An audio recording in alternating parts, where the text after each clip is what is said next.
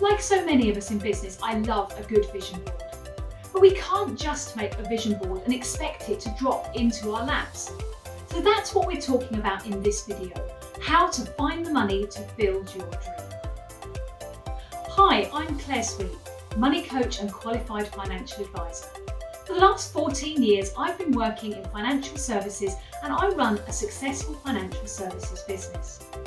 I'm here to help you walk into wealth, enriched, empowered and excited. I've built my dream life and now I'm going to help you build yours. And remember, if you have any questions, post them below because at the end of each video, I answer one viewer's question. Okay, so let's get on with today's show.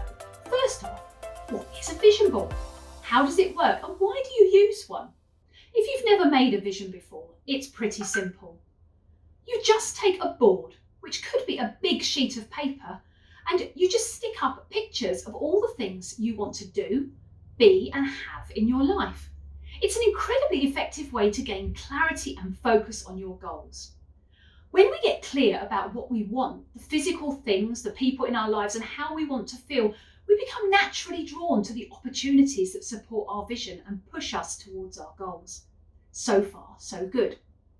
Once you're clear on what your dream is, you're likely to need some money to make it happen, which means you're going to need a plan, a clear plan on paper for each of the things you want in your life and business so that you can take the small steps every day towards at least one of them. It might be saving for the actual thing, like a new car, a holiday, or a deposit for your dream home, or for a training course you really want to do, or to buy equipment to start a new business, a skill, or a hobby. So let's get into how to find the money to make your vision board a reality. Keep watching to find out how. You probably have questions, so ask in the comments below. And while you're there, I would love you to share what's actually on your vision board at the moment. So step 1, how much money do you need and by when? Get as clear as you can on the thing you want and how much it will cost you. Do you need the money in one lump or a set amount each year? You need to work out whether it's something that you're going to need all in one go or a bit now and a bit later. Do your research rather than assuming that you know what it will cost. Because if the amount ends up costing more than you thought, it can be really demotivating and knock you off track. Or if it's actually going to be less than you thought, you could make your vision board happen a whole lot faster than you initially planned. Step 2, finding the money. Now you'll know I'm a great believer in a budget planner, but you can do it on an app or just on a bit of A4 paper if you need to. Add up how much money comes in each month, every penny from wherever it comes from, and then deduct all your essential costs like food and bills and direct debits and petrol, things like that. Deduct the money for your nice to have stuff, clothes, meals out, haircuts, things that make life fun, and then any other big things you pay for once a year like Christmas, holidays, car insurance, that type of thing. Divide the amount by 12 and add that to your budget planner too. Now, all being well, when you take the outgoing off the incoming, you should have some money over. It might be £30, £200, £900. The actual figure doesn't matter at this stage, but now you've got some money to put towards the things on your vision board, the things that are most important to you. If your budget planner shows a negative figure, you're not alone. You might like to watch my video on organising your money about how to deal with this. So step 3, once you've got this spare money, how much of it do you want to put towards your dream? A third of it, half of it, all of it? Here's how you can figure it out. Scenario 1. If you don't have an emergency fund already, you could put 50% of your spare money towards that and the other 50% in your dream fund, because there's nothing more demotivating than needing to raid your dream fund because your car needs a new exhaust or the boiler breaks down.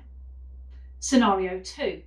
If you've got consumer debt like credit cards, loans or overdrafts, you could use a third to clear your debt, a third into your emergency fund and a third into your dream fund. But scenario 3, if you're one of those financially organised people who already has 3 to 6 months living expenses in a savings account, no consumer debt, there is nothing to stop you using all of this spare money in your dream fund if you want to. Now, for each of these separate savings goals, you're going to need a separate pot of money, somewhere to keep this money that you are saving. So either open a new account with your bank, which is easy to do online, or dig out the details of an old account you never got round to closing that's got £2 or £3 in, and you just use that instead. Some of the new online banks even let you have separate money pots within your account that lets you portion out your money using their app. There is one more step I'd like to share with you, but first, if you're still with me, can you take a couple of seconds just to subscribe and give this video a thumbs up? It really helps keep me motivated to help bring you content that is useful to you moving forward. Okay, so what's that final step we need to find the money for your dream? Step 4, automate it. Set up an automated payment by direct debit or standing order on the day you get paid into your savings account before you can spend it on a new pair of shoes or a takeaway. Even if it's just a few pounds to start with, it will soon add up. This is part of what I do with all my one-to-one clients. It's about creating the habits and systems that help you move towards that dream and take real control of your money. As a money coach, I help my clients get started and then help them keep going. To figure out which piece of the puzzle is really the most important part to them and why, and we'll start there first.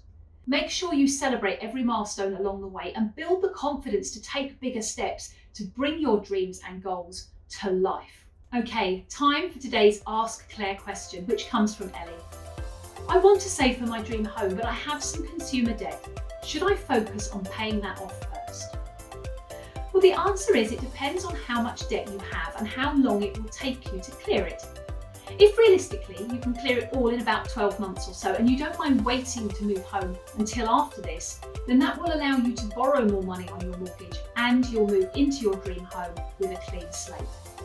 But if you've got more debt than this or you need to move home urgently, then it can still happen, but you may have less choice of mortgage lenders.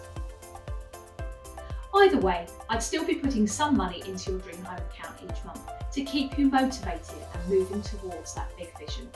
I hope this has helped you take one step closer to that life you really want. So keep watching.